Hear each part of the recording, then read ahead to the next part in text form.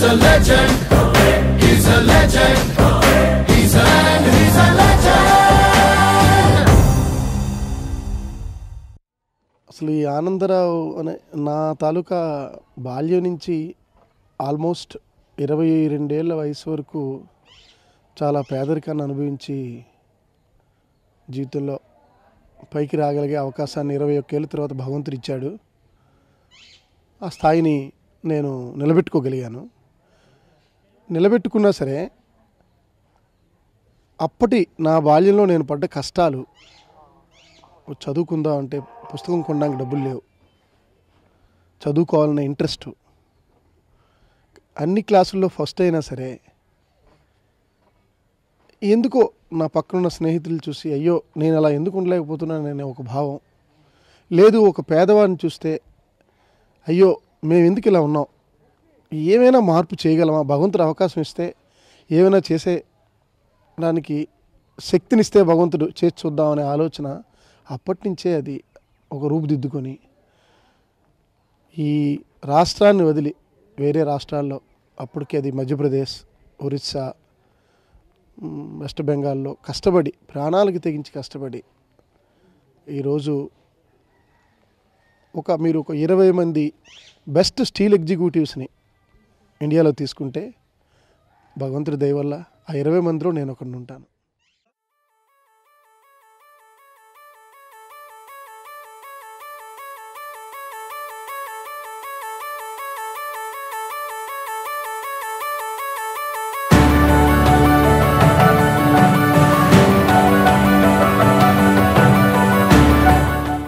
దాంతోపాటు ఆర్థికంగా కూడా నిలదొక్కున్న తర్వాత అట్లీస్ట్ ప్రపంచానికి ఎక్కడికో ఏది చేయలేకపోయినా నా ఊరికి ఏదైనా చేద్దామనే ఉద్దేశంతో నేను పడ్డ ఇబ్బందులు నా ఊరు కుర్రాలు పడకూడదని ఆనంద్ యూత్ అసోసియేషన్ ప్రారంభించడం జరిగింది. నాకు చేతనైనంతలో మరి ప్రతి ఒక్కరిని డబ్బు ఇచ్చి ఆదుకునే కంటే కాస్త జ్ఞానం ఇచ్చి డబ్బు సంపాదించే విధానాన్ని వాళ్ళకి నేర్పుదామని ఈ లైబ్రరీని స్థాపించడం జరిగింది. దీంట్లో నా కుటుంబ సభ్యులందరూ నాకు ఎదురు చెప్పకుండా నేను చేసే ప్రతి పనిని ప్రోత్సహిస్తూ చేయడం వల్ల ఈ లక్ష్యం ఇలా ముందు సాగిపోతుంది.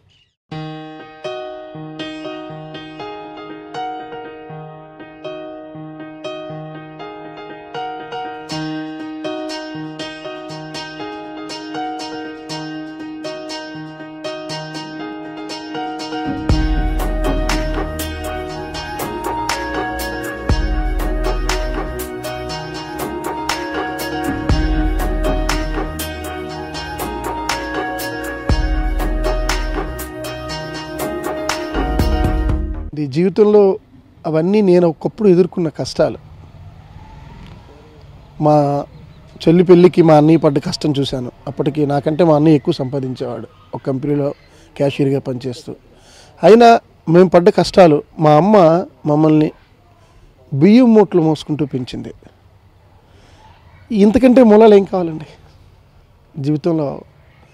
నిజంగా మనిషి తెచ్చుకోగలిగితే తను పడ్డ కష్టాలని ఏ మనిషి అయినా మరవకుండా ఉంటే భగవంతుడు ఏదో ఒక రోజు ఆ కష్టాలను ఖచ్చితంగా మారుస్తాడనడానికి ఈ ముయిద ఆనందరావు అనేవాడు ఒక ఉదాహరణ అండి.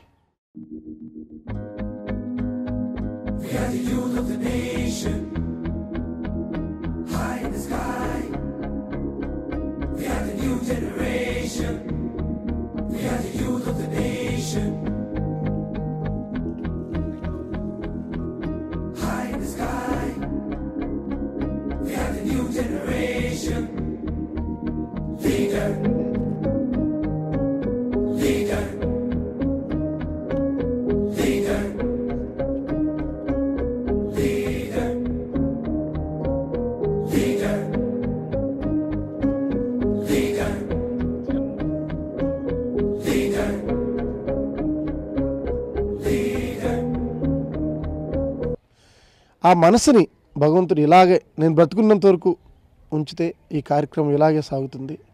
అయితే పర్టికులర్లీ ఈ లైబ్రరీ అవనివ్వండి, మా ఊరి యువజనాలు బాగుపడ్డానికి నేను చేసిన కార్యక్రమం అండి, నేను కానీ నా పిల్లలు కానీ నా తరం కానీ వాళ్ళ పిల్లలు కానీ దీన్ని టచ్ చేయడానికి వీల్లేని విధంగా ఒక ఆర్థిక ప్రణాళిక చేశానండి.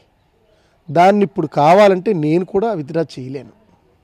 దట్ ఈజ్ ఫర్ నా కష్టం నుంచి సొసైటీ కోసం నేను ఇచ్చినటువంటి బాధ్యత ఇది నిలబడుతుంది.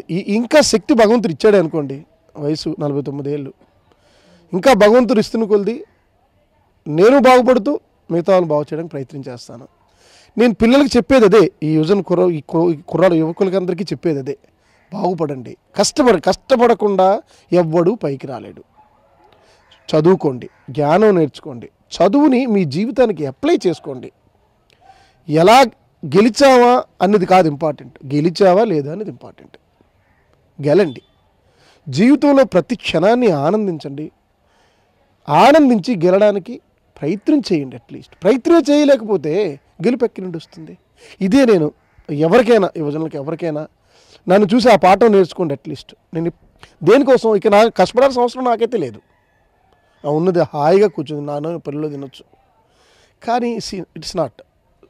ఇప్పటికైనా ఇంకా సొసైటీ గురించి ఇంకేమీ చేయకపోతే ఇంకా మన మనసుకు మనం ఏంటి సమాధానం చెప్పుకుంటాం?